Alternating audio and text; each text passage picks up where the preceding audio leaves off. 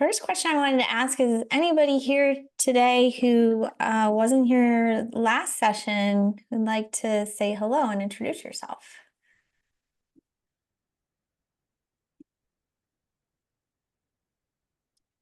I don't think I know everyone's names enough to know. Hi. I wasn't on last week, but I have joined this week. So Hi, I'm Amy. Amy. Yeah, nice to meet you. Nice to Excited to be meet here. you. Yeah, tell us about where you live and if you're working in this field or your personal experience. Oh, yeah.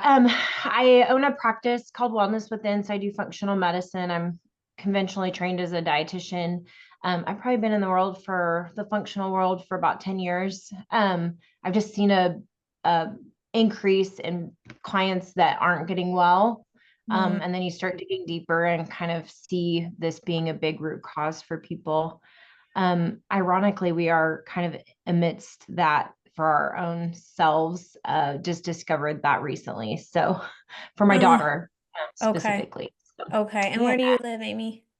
I live in Oklahoma. Okay. Yeah. Awesome. Little town called Sapulpa. Okay, Sapulpa, Oklahoma. I like Mhm. Yep. it. I was just thinking as you say that too, like, we've lived with mold for thousands of years, but I wonder too, now the way we live, most of us are in Wi-Fi or near Wi-Fi. And like, I think it's just things have changed a little bit and just how we're affected too. Mhm. So who Yep. knows all the factors, probably lots of factors in modern life are making it harder to be healthy these days. Anybody else? Thank you, Amy, who wasn't here last week, wants to say hello.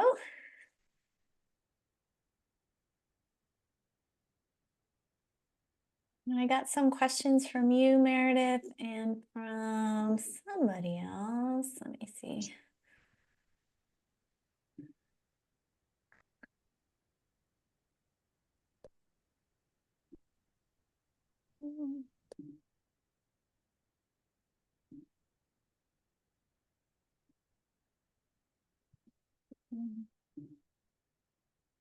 Yeah, so I got a couple questions ahead of time from Karen and Meredith. So maybe we'll tackle those out the gate and then take any questions for who's ever on live. So first couple lessons were on kind of what is mold and what is it doing in the body and um, kind of doing your intake and getting the process started in that perspective. Um, I will say, I may have said this last week. I think the thing I found most sort of challenging for people in the course is kind of synthesizing all this information, all the client's background, everything into the client in front of you dealing with mold. Because we do have all this information, all these options, and you've got to kind of like whittle it down to like what's most important for this client who is likely already overwhelmed, already doing some interventions, maybe displaced from their home. And you'll totally get there. So I really hope that I can help you with that process of like, narrowing it down to the most important things to add or take away for your client. Okay, well, Karen asks, please explain the term fungal mycel fragments and what significance does their presence have in reporting them? So I'm guessing, Karen, you saw it on like a mold report, like a home report.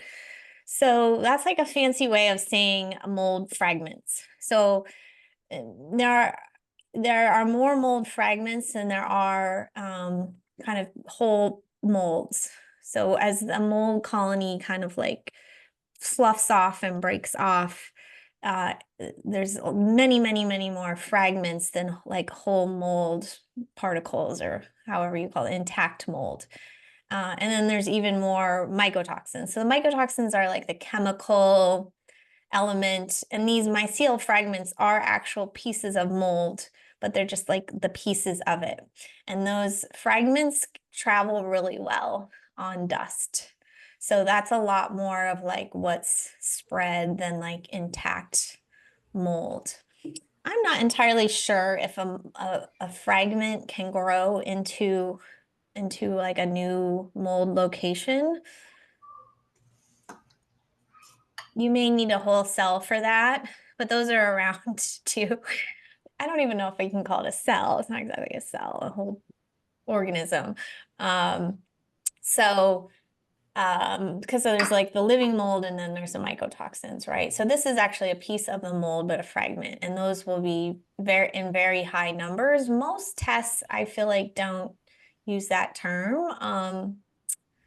But maybe, yeah, I don't know, maybe whatever test this was counts it that way. I'm not really sure. You're welcome to share more, Karen.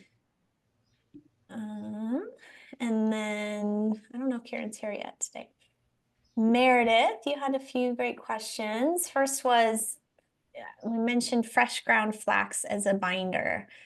How much better is it to freshly ground versus buy the flax meal, I think already ground?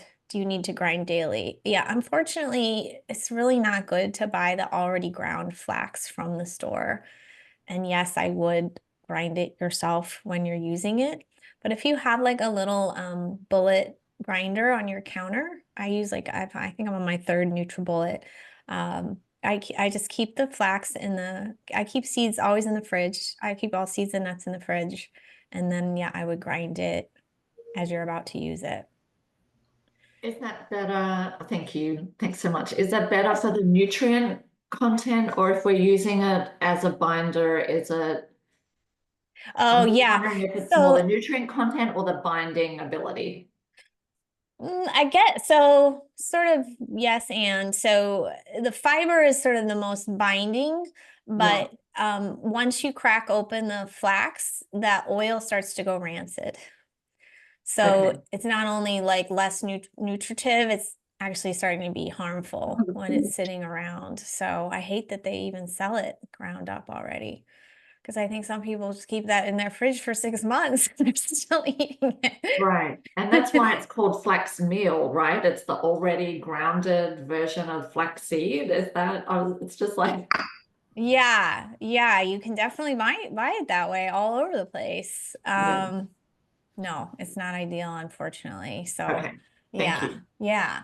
Okay, your second question was, you taught me something on this one. You said Dr. Andrew Campbell from My Myco Lab repeatedly says you shouldn't give glutathione to a person with gliotoxins, but why? So I looked this up. Let me do a little screen share here. I'm lost.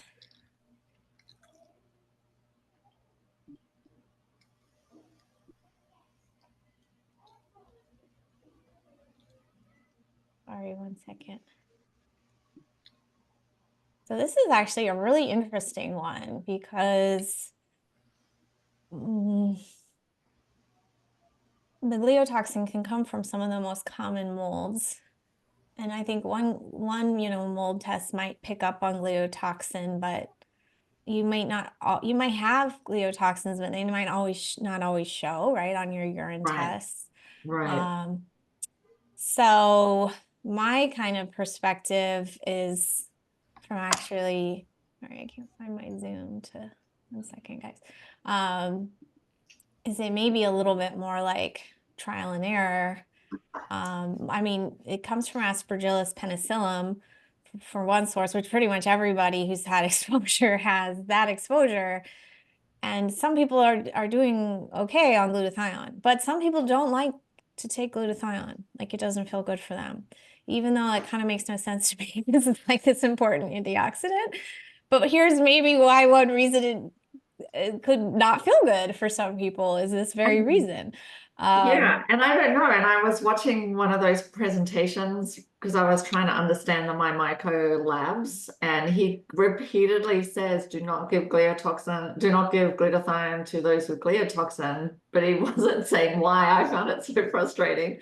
And I remember, I feel like a lot of the practitioners used to always give glutathione, and I don't know if they are as much anymore now. And then It I was was like, very what the, big. Yeah, that's an interesting question. Is that like a different trend now? yeah. Hold on, that's not there. This is it. So glutathione intensifies gliotoxin-induced cytotoxicity. And I can put this in this link in the chat. Oh, perfect. So yeah, there's a mechanism where it seems like the body, and maybe in this case, lowers glutathione to lower the cytotoxicity of the gliotoxin product. Like this line is helpful. The reduction in normal, hold on. By decreasing the level of intracellular glutathione with this enzyme, a specific inhibitor of glutathione synthesis, the cytotoxic effect of gliotoxin was significantly attenuated. It was also slightly reduced by the antioxidant vitamin C. Oh, wait, hold on. So it's saying, Wait, is that saying the opposite? yeah, that's kind of seems like the Yeah. opposite. Yeah, degenerative effect was not altered. Okay, hold on. A concentration dependent increase in the ratio between oxidized and reduced forms of glutatoxin is about this total intracellular glutatoxin was noted after exposure to gliotoxin. So they're saying that glutathione went up after exposure to gliotoxin, which I think makes sense. Let's see.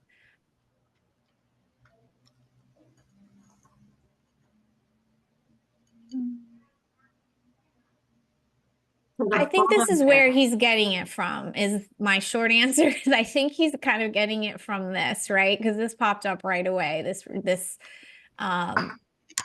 like interaction between gliotoxin and glutathione. So yeah, the title maybe says it a little better. Glutathione intensifies gliotoxin-induced cytotoxicity in these certain cells. So I don't know if this is like across the board because it's only in these certain cells. Okay. And then this one is mentioning 72 hours after exposure. I don't know if we have the whole article here or not. Let's see.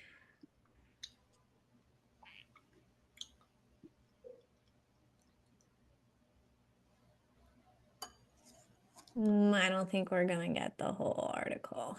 So, and I just saw your question a bit ago, so I might have to just read through it a little better.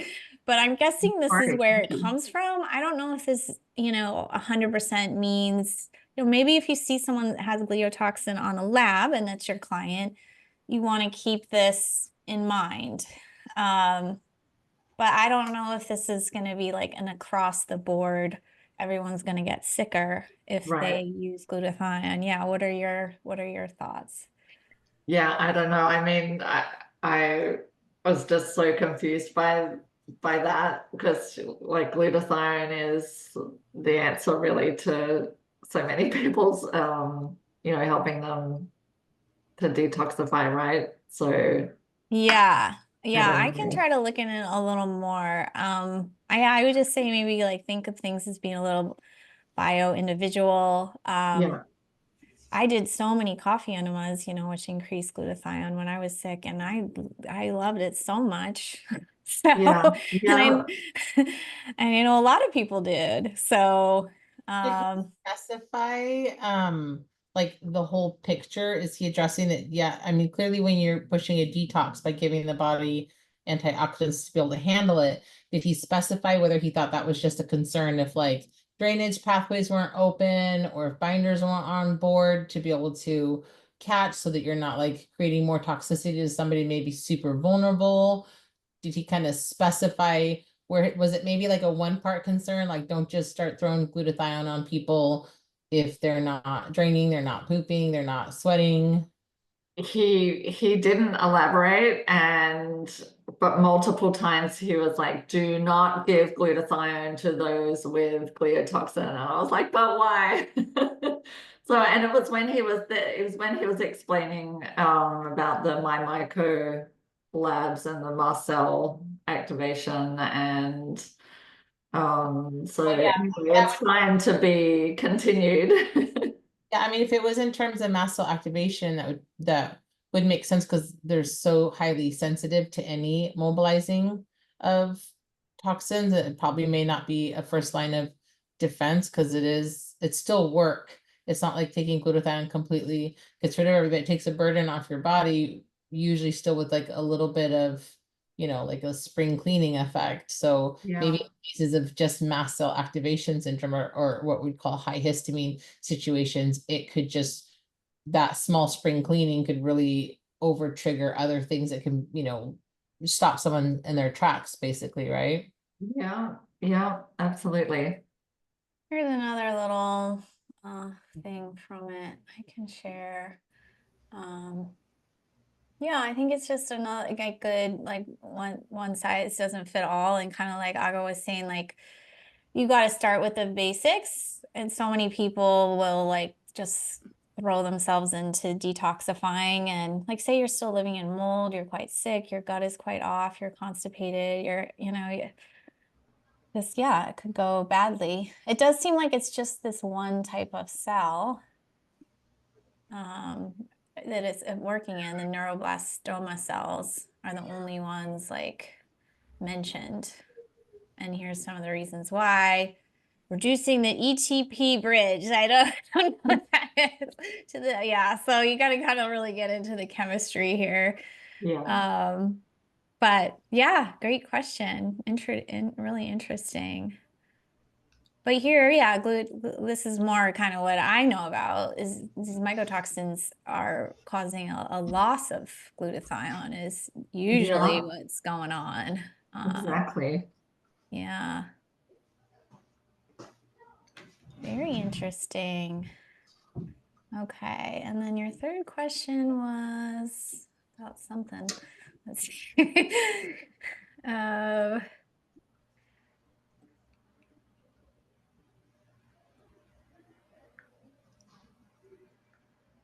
Okay, so you mentioned that most fungi do not colonize. Which ones do? And how do these turn into bacterial in the nasal passages? So I pulled up a couple things for you. I think what I was saying in the last Q&A or was that like it doesn't colonize in the gut as much as kind of people seem to claim it does, or even lab companies seem to claim it does. But I did pull up some of the types that do colonize, including in the nervous system, which is scary to think about.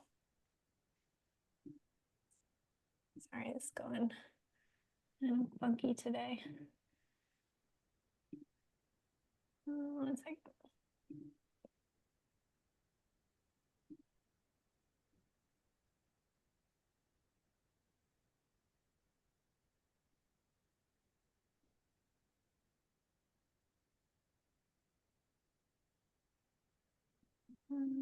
Okay.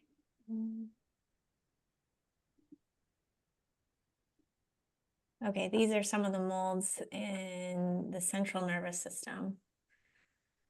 And most of these names you probably have heard before. But like I'd never heard of this name before. Scedosporium. There's two of those in here.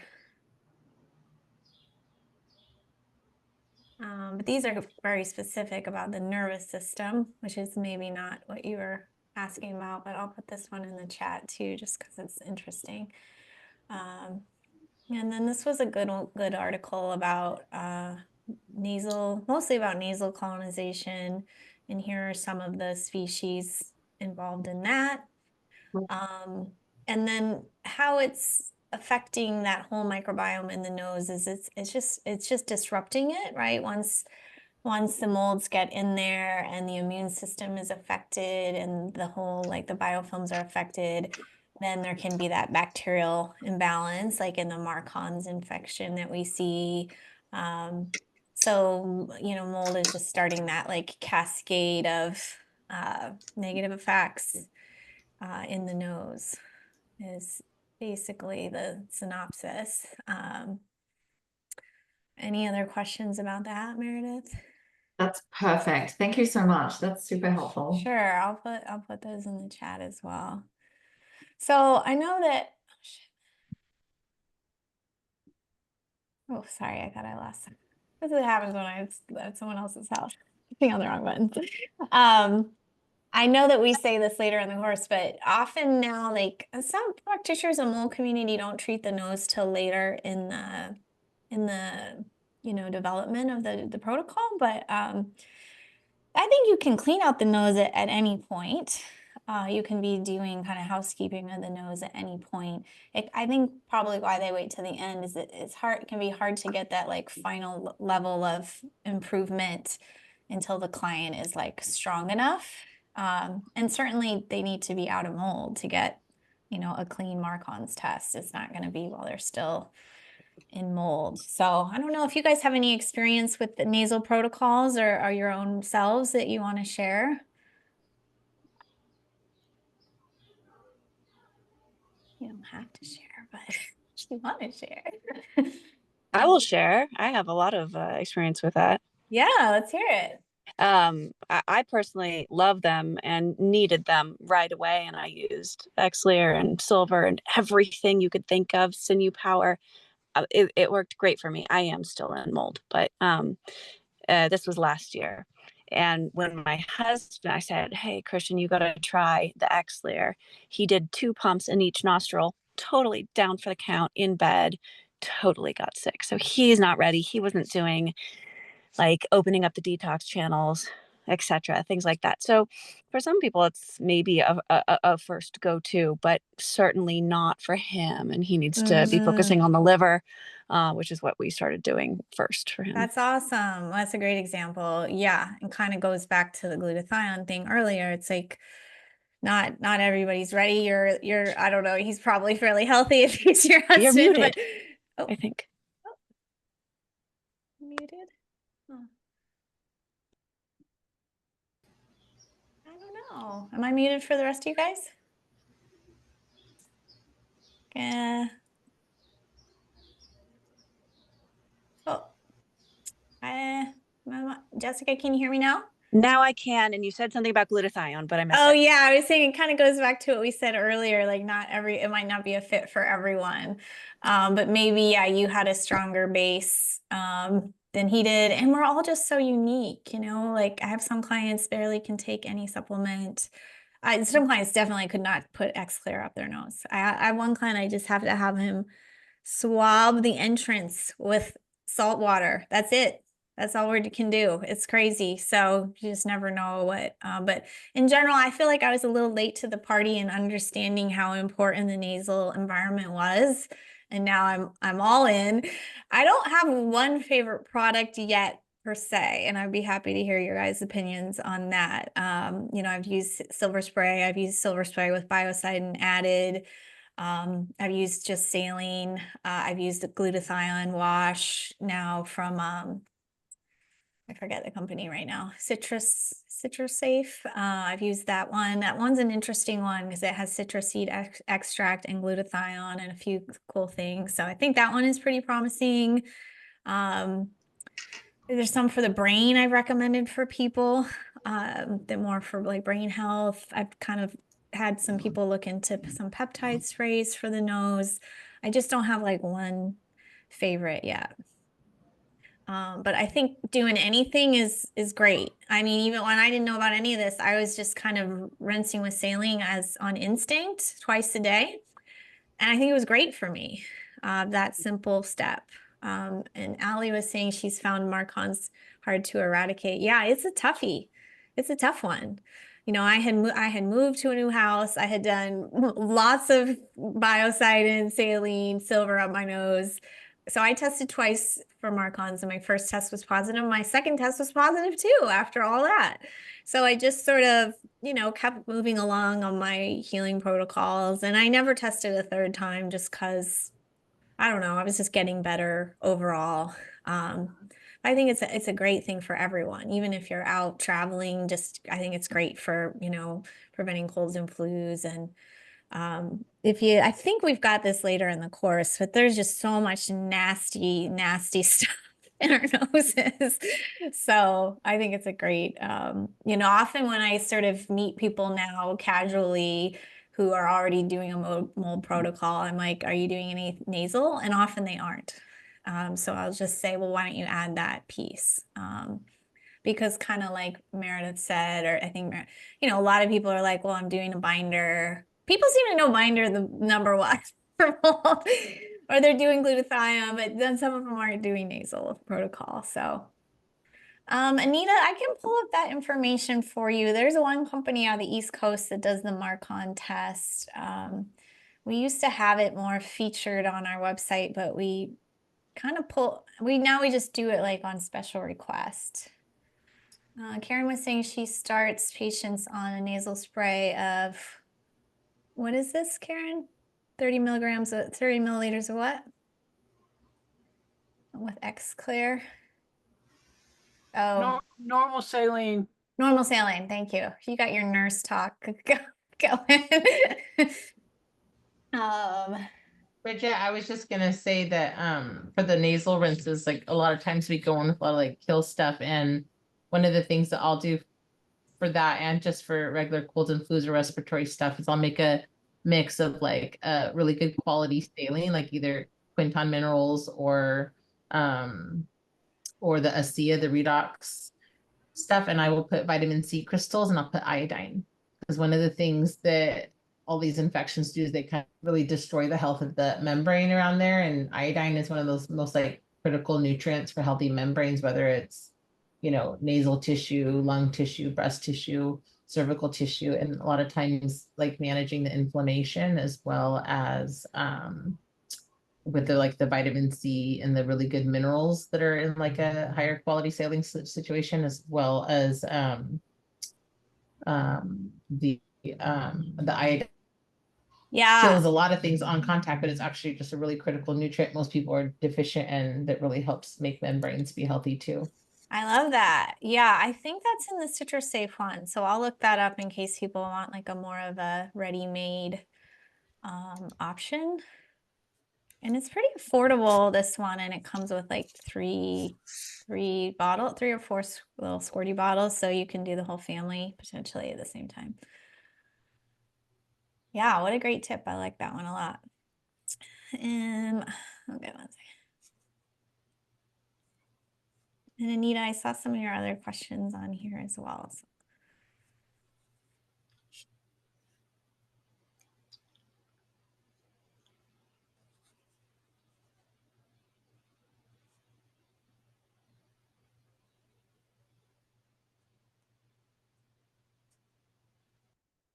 Oh, I wonder if hold on.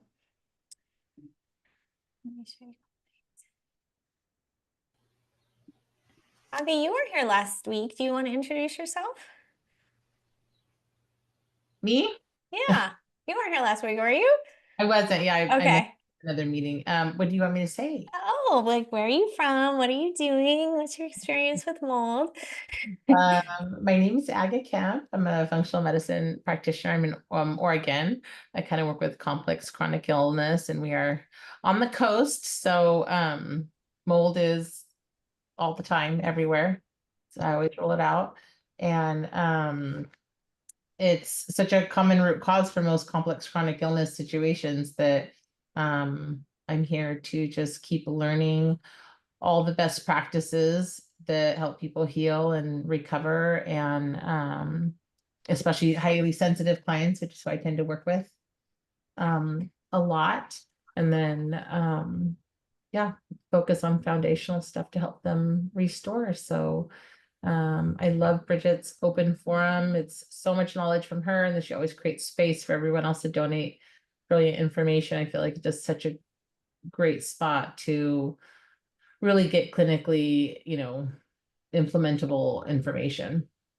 Awesome. Thank you. Yeah, August had an interesting practice because she's in kind of a rural area, but doing, you know, very complex cases. So Aga, I don't know if you heard our recording from last week, but we're kind of introducing each other to network. I think I need to make a spreadsheet because when we put it in the chat, it just gets lost. So I'll have to start a spreadsheet about, you know, different ways if people are willing or want to network. And we talked about opening a group potentially.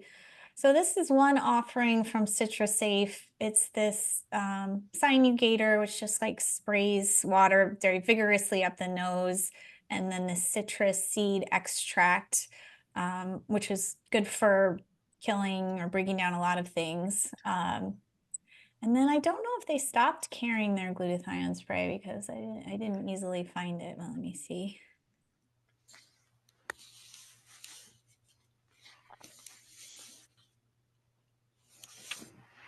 I agree. It's such a root cause. It almost seems silly, like how I'm always like, do they gamble? Do they gamble?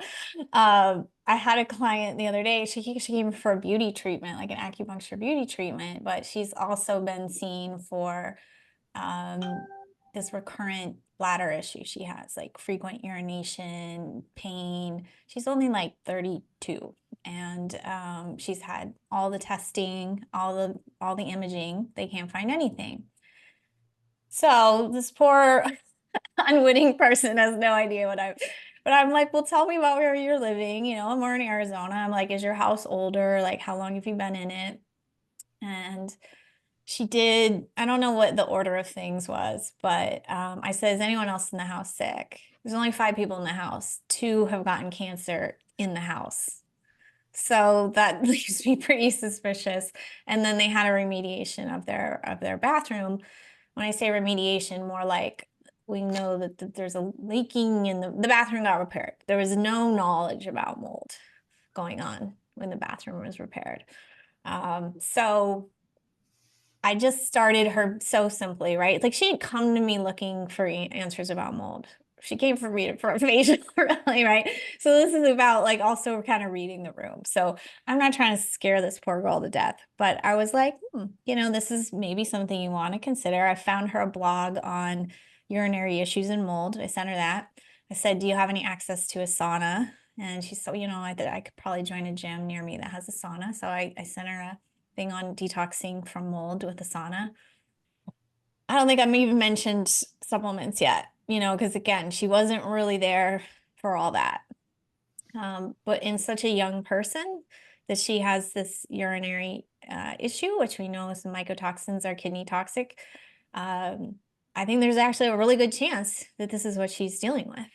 But I need her to kind of want it and want to look into it, right? So we'll see. We'll see what she does. I think I sent her one more link. I forgot what the third one was about.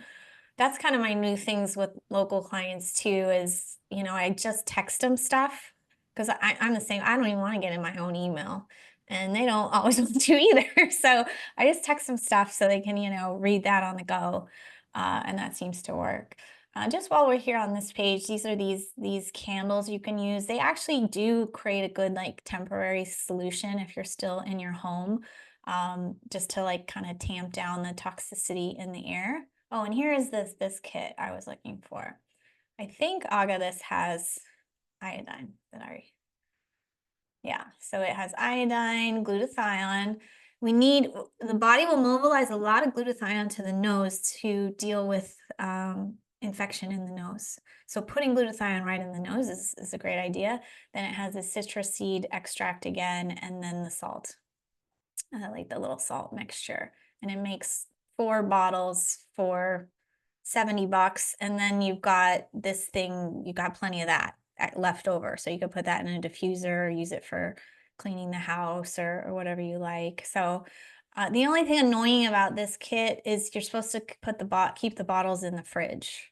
I don't know how important that is, but I find it a barrier to using it often.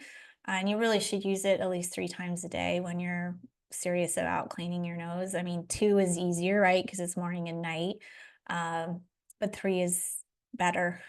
So it's kind of basic is like, if you're going to do a protocol, do it 3 times a day for 2 months. That's what I heard from the lab. And I pulled the lab up for you, Anita.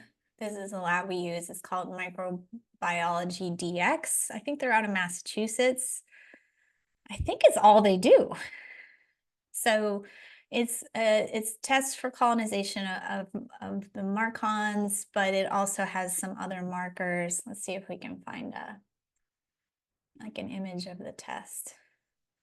So here's the pricing. It's not that bad. If you are positive for marcons, I think then they go on and test more stuff. They test the biofilm and how like kind of strong, thick the biofilm is.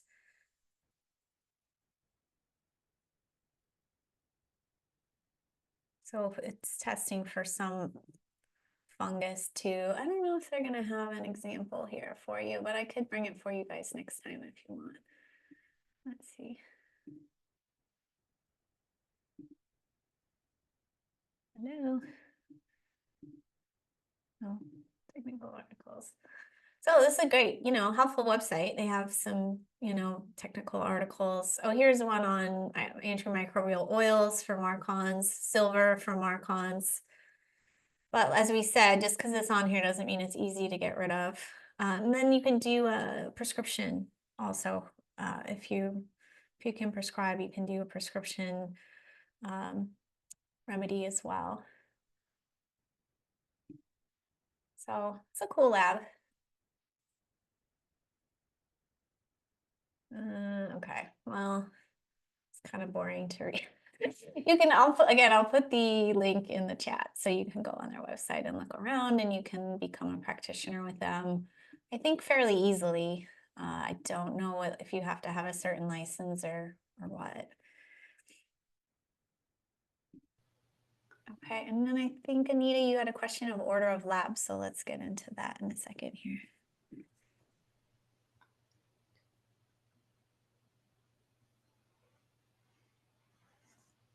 That's true, Aga. You could get a little mini fridge and keep that somewhere else. Karen said Argimax is used. Yeah, is Argimax the same as the citrus seed, Karen? Pretty much. Is citrus safe okay for kids? Do you mean the nasal spray, Jessica? Yeah, the nasal spray. I don't see any harm. I would maybe start like Just low and slow. one drop. Yeah. What I find with a lot of clients is just some of them have a very burny nose. Some clients just can't put much up their nose. And it's usually the same clients who have some very protracted sinus issue that they want to get rid of. But we can't find out. So yeah, I would just go slow. Well, following up on that, how about like nebulizing iodine or silver? So maybe they just the kids just breathe it in that way for a mild dose. Yeah, I think it's a little more gentle to nebulize than the squirting. You guys can chime in. I have a nebulizer I got, and I've only so far used it for like a mix that my naturopath gave me, so a prescription mix of stuff. But I know some people nebulize stuff on their own. I just haven't gotten like into all that. I have used a bit of a steamer, it's more steamy, and I've put silver in there for sure. I find that if I put essential oils in there, it's too harsh. So I haven't found that to work, but silver is fine. I think with the nebulizer, yeah, you still have to be a little careful on some things can just feel really harsh when we breathe them. But does anybody have experience using a nebulizer for any of that?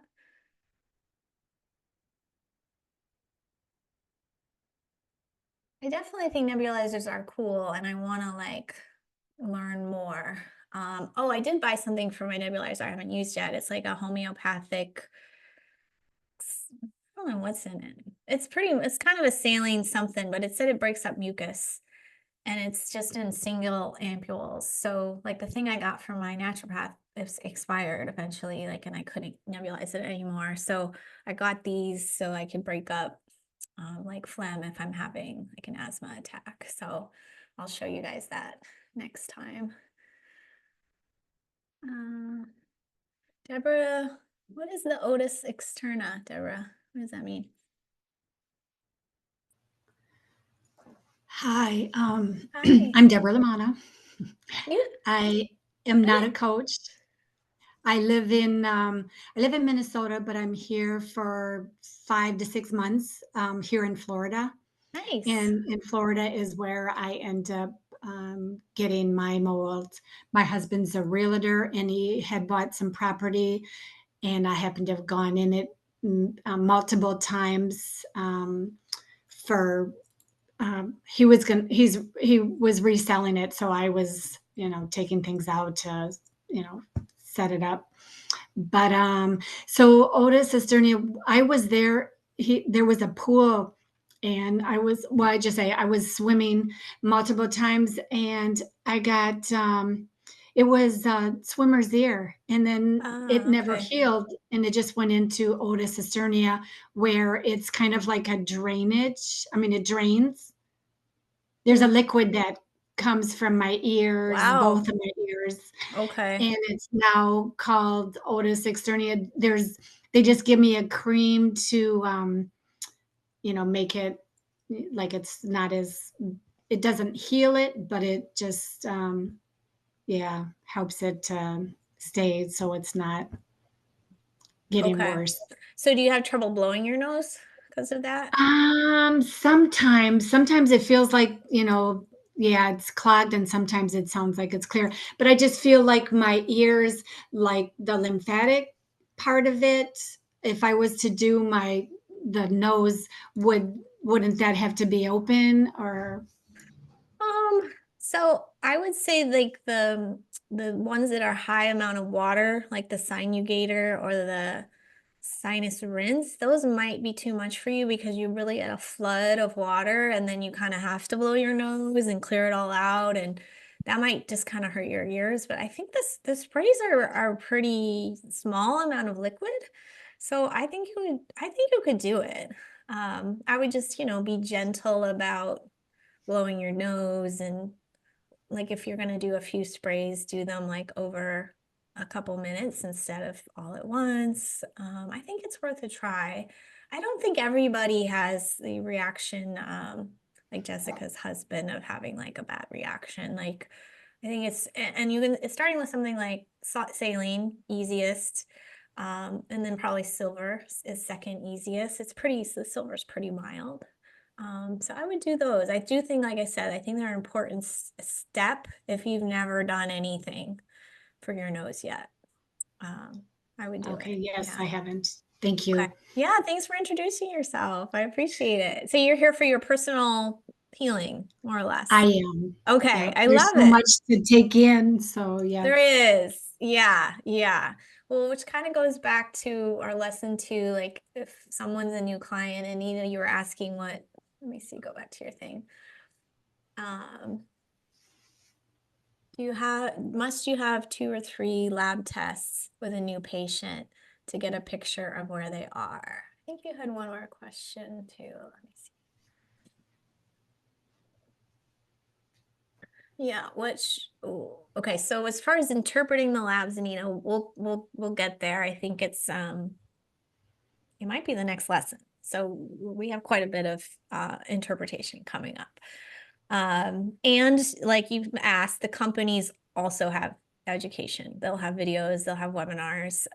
They want you to use the labs and understand them. Like that lab I just showed you, the microbiology Marcon's lab, they don't have webinars because it's small, but they have some articles, and the test is pretty easy to read. Yeah. So yeah, and as far as which tests to run, it's all pretty individual. So if you have a person who just suspects they have mold and they're interested, they're like, I want to know, I would say the most important test is the urinary mycotoxin test, because it gives a pretty clear view of where they're at. It is only a 1-day test, right? So we don't know, would they be dumping a bunch more the next week or the next day or whatever. So you want to tell your client to keep it with like a little grain of salt, but have them take the test correctly, follow the instructions. And that can give you kind of a baseline and a more of a sense of clarity that, yes, I'm dealing with mold. Yes, my symptoms are from mold. Here's the truth. We don't really need labs to treat. We don't. So if somebody's like, I can't even afford that test, well, probably they're not even seeing you if they can't afford the test, because they're hopefully paying to see you. You don't, especially when you've done this a lot, right? Like I know when I can tell. I know even with a gut now, I can make protocols pretty well just based on doing this so many times. And I'm not going to give them, oh, I think you've got XYZ parasite when I don't know that, but I know how the gut breaks down and I know how the gut heals. And we talk about that at the end of this course. So there's no labs 100% needed. So it's really dependent on where the client's at and how much money they want to spend, and kind of you as a practitioner. You know, there's some practitioners are like, when we work together, you run these 5 labs for me. And if that's your boundary, then that's your boundary. And the client knows I'm either gonna run these 5 labs and work with this person or I'm not. So there's just, frankly, there's a lot of wiggle room. I know that might not be the answer you want, but it's true. Sometimes I'll say to a client, like, if I had a magic wand, I would run all 3 of these labs or all whatever, because I am curious about their hormones and this and that. But pretty much everyone going through this process is having some money stress. So I'm not saying, you know, you have to not make money or not have information, but I think it's good to be conscious of where they're at, right? And I've literally told many clients, I would rather you spend, if you only have $500, I'd rather you spend it. Okay, let me rephrase that. I actually said this to one family who was renting and was like, we don't have the money to move. Should we spend this money testing our toddler for mold? And I was like, if you don't have the money to move, I'd rather you use the money to move. That's more important to me. That's more important for your health than testing. Now, if they're like, we don't believe in mold, well, whatever, like we need to see it to believe it, sure, run the test. But they kind of knew they had mold. They just were feeling like financially, whatever, you know, and a lot of times people have trouble finding a new home just in the market. So I'm sometimes pretty clear. I'm like, I would rather you move. Let's stop dinking around, frankly, put that money into moving. Don't tell me you can never move out of this house that you're renting, which you can't repair, you know? So I think you really need to read the situation. I would say if there's a first most important test concerning their health, it's the urinary mycotox. That kind of gives them, okay, yes, this is what we're dealing with. Would it be great to have a GI map and a hormone test? And yeah, but think about when, like if they're still in the house, you don't really need to start this intensive gut protocol because they're still in mold. You can do the gut testing even 6 months from now when they're settled into their new house, or the hormone testing. So I try to make it like pretty collaborative and being honest, and you're going to get a sense of how much the client's willing to do or spend or on what their priorities are. So does that help, Anita? I know it's a long answer. Yeah, that helps a lot. Thank you. You're welcome. I try to give you guys the real answers, you know, Mhm. the bottom answers. Okay. Do you recommend provoking? I had all 0s and then provoked, and I had high gliotoxin. Oh, this is an interesting one, Anita. So did you sauna to provoke, or what did you do? Well, I've done it 3 times. The first time I used sauna, the next time I used nothing because the test said not to get off all supplements, all glutathione. And the third time I stayed on glutathione, but no sauna. So they were provoked differently. But the first and the third, where there was some provoke, either sauna or glutathione, showed mold. The only one that didn't show any mold was the one where I didn't provoke. Okay. And I think I don't let go. I have MTHFR. I think I'm a little sluggish on the detox and letting go of them. And my coach wanted me to just keep moving. Oh, you're great. Let's move on to this one. But I don't feel any different. And I think I would feel different if I got all this mold out. So I did it on my own. I'm a health coach, not coaching, because I'm trying to get my situation figured out and get my energy up. But I knew from all the listening I had done that I'm like, I don't think I'm 0s. So I tested again and just stayed on the glutathione, and I had super high gliotoxin. Super high. Oh, interesting. Like 20,000 or something. Well, and it's funny because we just talked about the gliotoxin and the glutathione. So and now you woke it up. now I'm working with Christine Schafter, and she wants me to nebulize glutathione, just 1 little milliliter. I went for a half to nebulize, got a little headache, and so I'll start at a quarter. So I started at a quarter, and I got a bad headache, but I don't know if it was that. I got to try it again to see, but I'm not sure. Mine that I was taking before was oral, liposomal glutathione. And this is nebulized, so it goes straight in to your brain. True, that's stronger. So Yeah. much more powerful. So I've been a little nervous because I'm able to work a little bit, and I've got some worker commitments. So now I'm kind of like, try it on the weekend. But when it's kind of never fun to have a headache. So, and migraines have been my biggest, like, fatigue and my, scratch it, like a scab, and you just like, I just don't want to induce a headache. If I can not have a headache. So I've been delaying trying it because I just don't want to, I just don't want to have a headache. Well, yeah, maybe for you, it does stir up gliotoxin, or maybe you go to like the quarter milliliter or something like that. If I do it, I'm going to go with a quarter and try even smaller.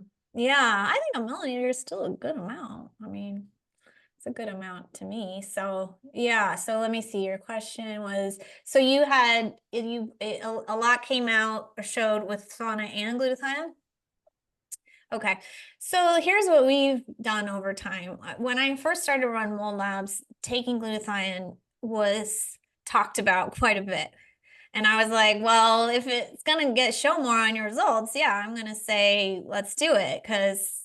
We would tell people to sauna or glutathione. We had like a little handout. So this was when we were shipping the kits from our own warehouse. And then I had one client who was still in mold, and she had a pretty clear test, and she had taken NAC, the glutathione, like precursor, before the test. And she came back to me and said, you're not supposed to take this. Like, why did you tell me to take this? And so I looked into it quite a bit, and I called the lab. I think I called Mosaic, and they said, well, the glutathione can not bind, but I don't know the right kind of bind. Yeah, kind of connect with the mycotoxins, and that changes their weight. And so they won't be their weight and their shape, and so they won't be measured. So it could create some false negative, he said, if they have glutathione in their system. So then we stopped saying glutathione and we just said sauna. So that went on for a while. And then we've switched to working with Rupa, and they mail out their own stuff. And we don't get involved with the instructions because we just don't. So some people may be doing, I don't know what they're doing. They send it in. I think the test just says fast overnight. It doesn't say to use the sauna or anything. So that's interesting, your results. But yeah, people may have some other things to say with it in the notes. But yeah, yeah, at this point, we don't say either way because we kind of use a third party. I think if I probably were working with somebody more now we let people order labs sort of freely. We don't have to be working with them. I think if I was working with them, I'd still say, can you get in a sauna the night before? Because I'd rather see something come out. What about you? What's your take on it at this point? Me? Yeah.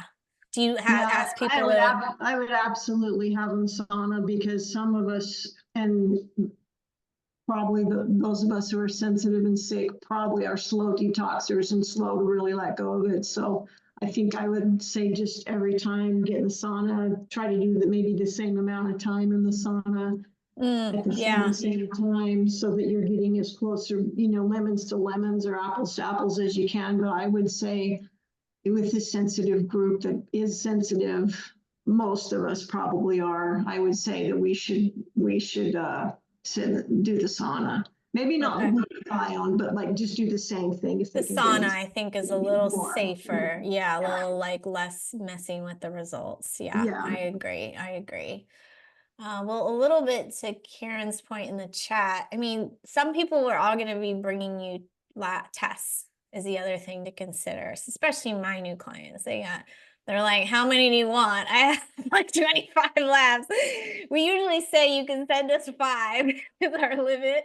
Or we also say within the last year is kind of another. And sometimes they'll say, okay, you can send me that older test, but it's older, so we don't know. So that's another consideration in what tests to run. And Karen's saying some things can be covered by health insurance. So yeah, if you can read like blood labs, they can have those done.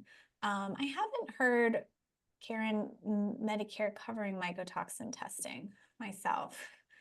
But feel free to share more about that. Jessica says her naturopath uses glutathione even with Mosaic. Oh, wait.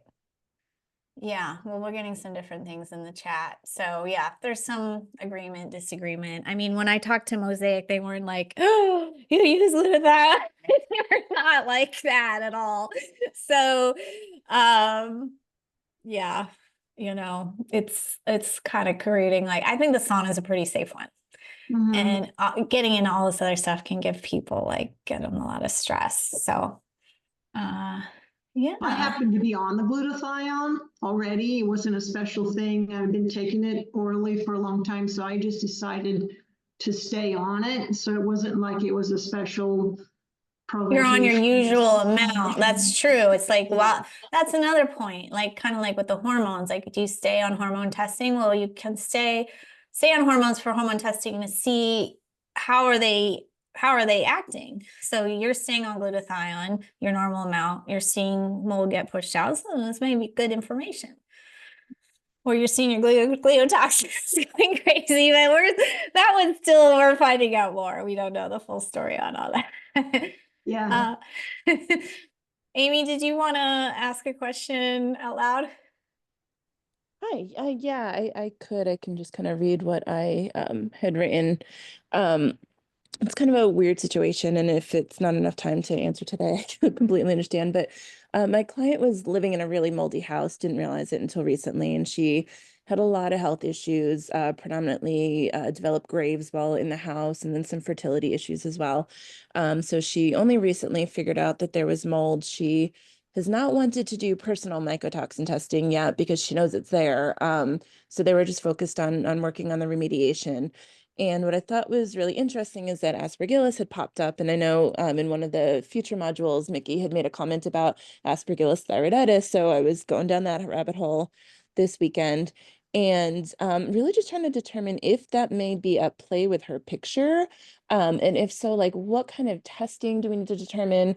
And the other odd thing is she was doing a lot better when she moved out of the mold and just retested her lab. So it's been about 2 months since she's been out of the mold, just ran her labs again, and the Graves labs are coming back up. So really suppressed TSH and really elevated free T3.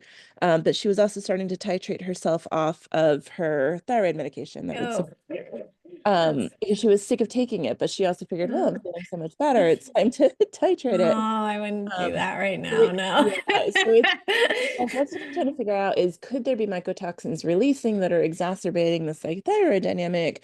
Do we need to look at different binders? Like I'm kind of like in the thick of it with her, of like figuring out what the next step should be, or if this is even related or not to the Yeah, I mean, there's a lot of relationship between mycotoxins and autoimmune thyroid, and I think it's just more that complex relationship of autoimmunity, right? Like gut health is ruined, and the leaky brain, leaky gut, and so it's very common that the very first little tiny mold event I did, I couldn't believe how many people were reaching out saying they had autoimmune thyroid. And that was my story too. I found out that right before I found out I had mold. So there's definitely a relationship. I think you can pretty much assume it's true. I don't think there's maybe a test that can tell you, oh, this caused this. But if you know she's in a moldy house, I don't know how long she was in it. You know, autoimmune takes a while to develop. But who knows if how many moldy houses she was in too. So I think there's a relationship. If she got out, you know, we're detoxing a lot when we get out. The body really ramps it up. So sometimes you're feeling worse. But getting off her medication is horrible. I'm sure you know that. I'm sure you told her that. It's just not the time. It's not the time at all. And yeah, I think we can kind of, when we take a medication all the time, or it can feel like, oh, do we even really need this? Oh, look at where she's at in life. She needs it. So, you know, even her regular doctor would tell her that if you want her do you want to recommend to like circle back? She's doing this on her own, right? Coming off on her own. Yeah, well, so the doctor just put her on a second thyroid suppressant med, so they're working on that piece right now. Okay. I'm just curious, like, you know, assuming she's releasing more mycotoxins because now she's, you know, emptying the bucket out, she's got the opportunity, and we had put in some bridging kind of supplements back in November, December before she could even move to just start mopping up. I'm imagining, you know, if it was the aspergillus, could stuff just be like overwhelming her system as it's coming out? Do we have the wrong binders in place?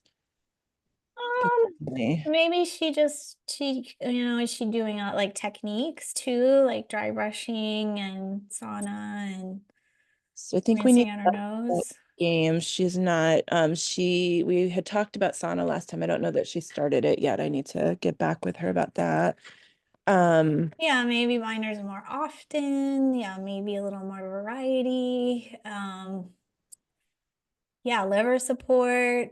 There's probably a lot, you know, we could, and some people, not everyone's gonna feel worse.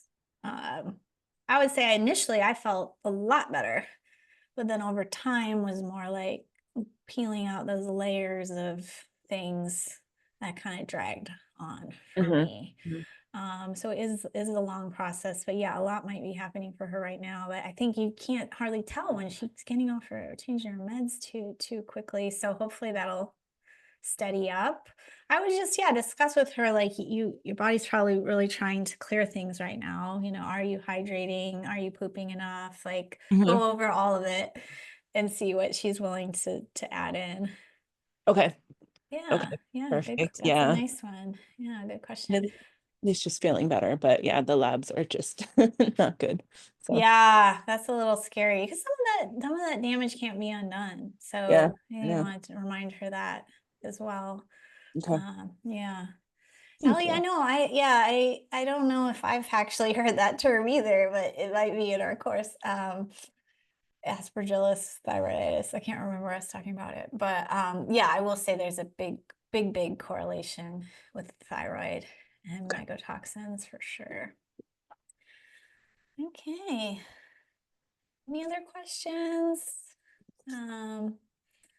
Karen P said, oh yeah, Karen, I was saying that I think I need to make like a spreadsheet, because last week we put everyone's info on the chat, but then it's hard to it's a big mess to read later on. So I'll start a spreadsheet where we can share like our contact info, and it's just optional, right? Nobody has to share anything, but I'll make some categories and like, what are you interested in learning? And then as far as making a group, it seems like there's interest in that.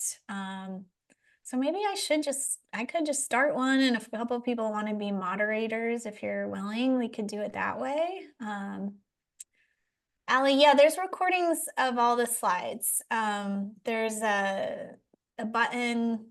Whenever you see blue text, it's a button. So there's a button that says slide presentation. And then when I save these Q&As, I put them up too. So it'll say like Q&A from 317 type of thing. So yeah, there's always a slide presentation for every lesson. The slide deck and the transcripts and that extra material are just that. Like, if you prefer to sit down and read, if you prefer to write and take notes on the slides while you're listening, those are for you for that. And then there's a quiz. I should have reminded you guys to take the quiz. I did, and then I didn't. Did people take their quizzes? Anybody take their quizzes yet? I will put that when I write after this call, because there's a hi. Just my question actually is, so I saw the slides, but I didn't see a recording that goes along with the slides. I only saw like a link where I could just read the slides. I didn't see like a module where like the slides move and I hear your voice. Yeah, it's in there. Let me show you. 1 second. Maybe I just missed it. I apologize if that's the case. Yeah, well, it's not like a big screen, so that's probably why I'll show you.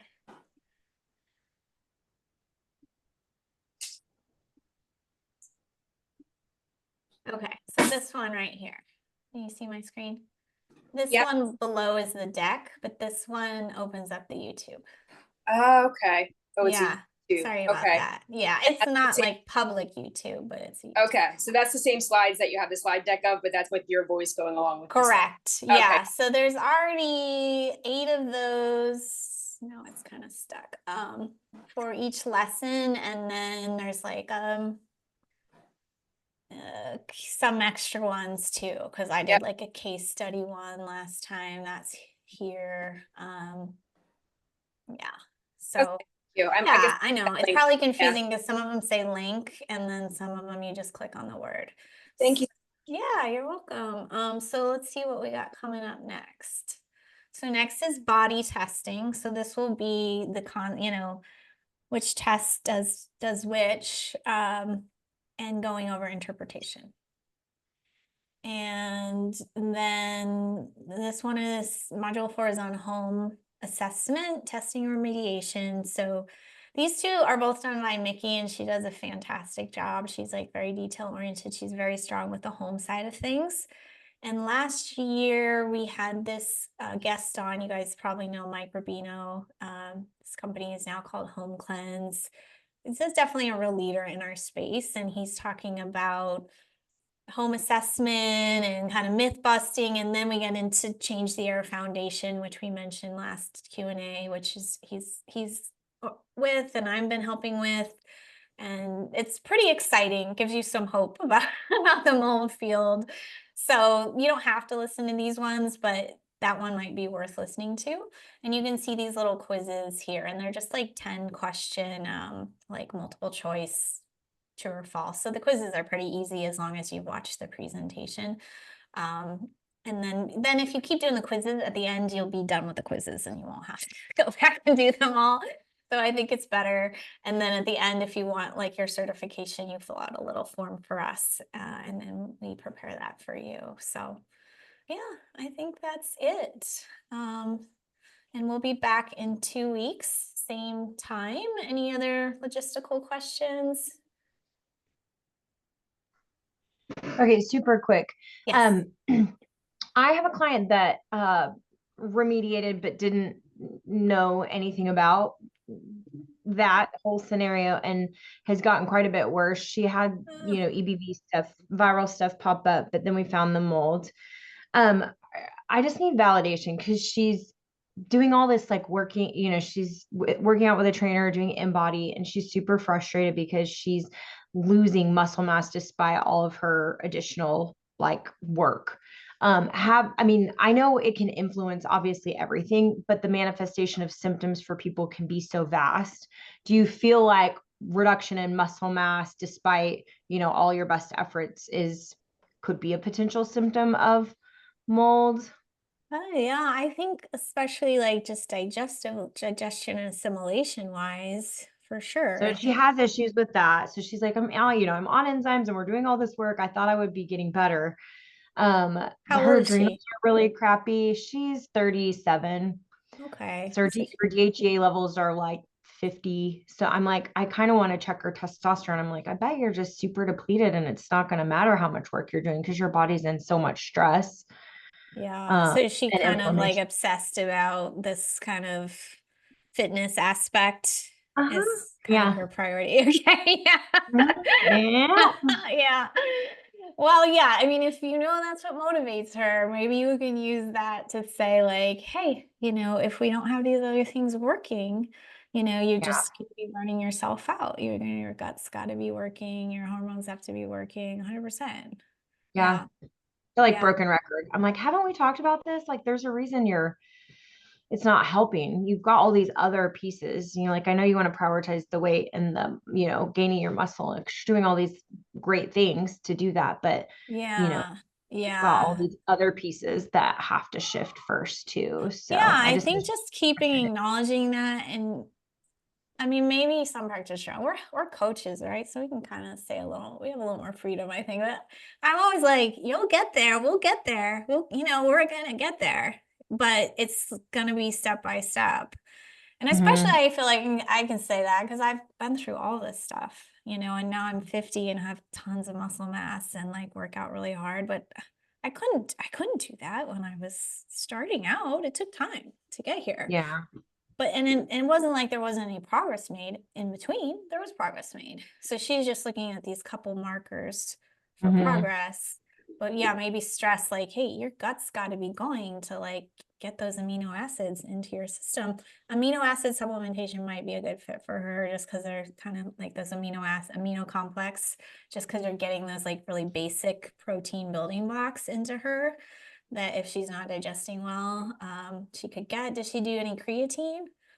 No, I was thinking that this weekend. I was like, maybe we could pull in some of that. Do you have a brand? I use Fullscripts to send recommendations. Do you have I just use the brand like Thorn and Pure?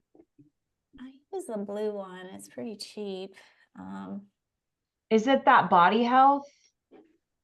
No, I've just started seeing some stuff about their perfect aminos. Oh, I'm in the creatine.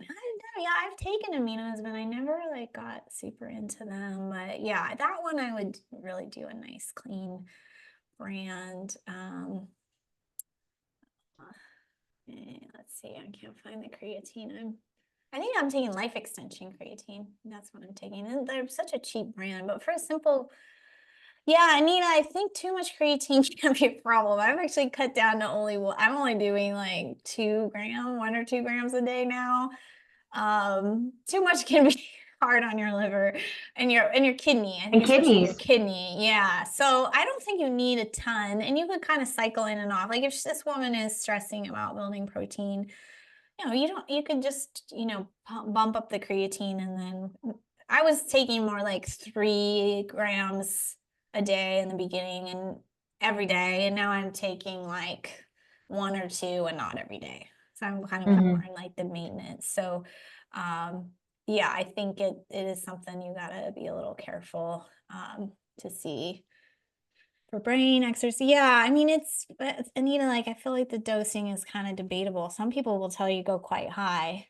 I think, yeah, for women, probably 3 is good. I think 3 is safer but you're gonna hear different opinions on that. I loved it, Anita. I like it. I feel good on it. But I did see I had some kind of kidney marker be a little off last I tested in the fall. And I was like, I wonder if that might be the creatine. So I cut back. I wasn't feeling bad or anything, but it can show on your labs if you're taking or too much protein. And a lot of people eat tons of protein now. I like how it feels too, but I think it can be just a lot for your body to process. So, oh, Anita, yeah, maybe it's not quite the time for you, Anita, but maybe as you're getting back into exercising and wanting to build muscle. I'm a big fan of building muscle mass, and I feel like there should be a bridge between this detox community and like, because eventually you want to get back to being like strong and having muscle for sure. You don't only just want to like detox and eat clean. So, but that takes time. So yeah, I think you're doing great with your client, Amy. It's just, yeah, reminding her, we all get into like our crazy brains and we want everything now and we get frustrated. And as a practitioner, it's hard when they come in and dump all that on you. You're like, remember all this good stuff I did for you? Calm down. That's exactly it. Yes. Yeah. And often, like, I try to remember, I don't always remember in the moment, but I remember like, hey, we're a safe space that they do come to like vent. It doesn't mean they don't believe we're helping them or whatever. It's just like, they're just caught up in their monkey mind in that moment. And you just remind them about some things and encourage them and, yeah, just remind them it's an ongoing process and to stay in the fight. So yeah, at least she's in it. She's doing it. So awesome. Okay. Anything else, ladies? This was so fun. Oh, Tara, we didn't meet you last week, did we? No, you didn't. So this is my first day. So I missed last week, Welcome. unfortunately. Thank you. Yeah, tell us a Yeah. little bit about yourself. I am a family nurse practitioner. So Cool. I do functional medicine. I'm more so specializing with gut and brain health.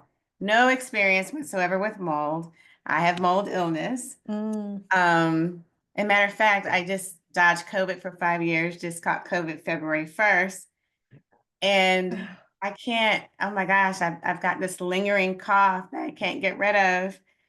I'm on antibiotics, well, Oh, Doxy. goodness. Oh. But I never had this, never had this coughing or anything, before. And I had, just minor symptoms with COVID.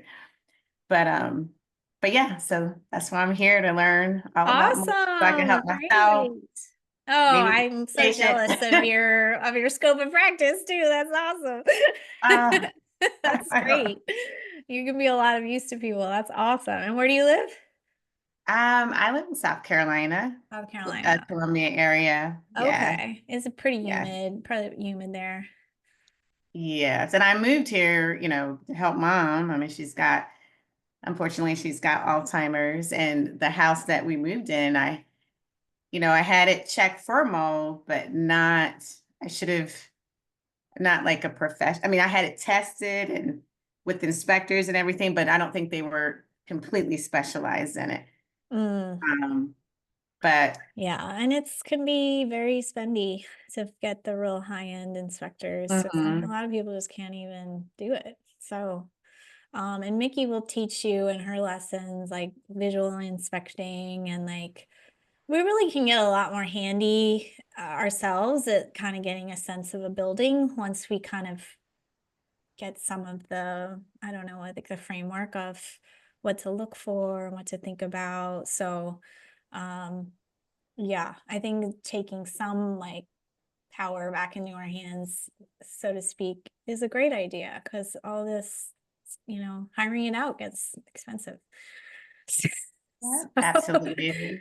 Yeah, so we're going to talk about moisture meters and different things that we can buy. But I think that's awesome you're bringing that into your practice. Congratulations. Oh, thank you. Yeah, and you'll learn a lot for yourself too. Yes. Okay, awesome. Well, I'm glad you're here today. I think I'll wrap up here. So you guys' homework is do at least module 3 and 4. Take your quizzes if you want to take your quizzes, and I will see you in 2 weeks, everybody. Thanks so much. Sounds good. Bye, Thank guys. you.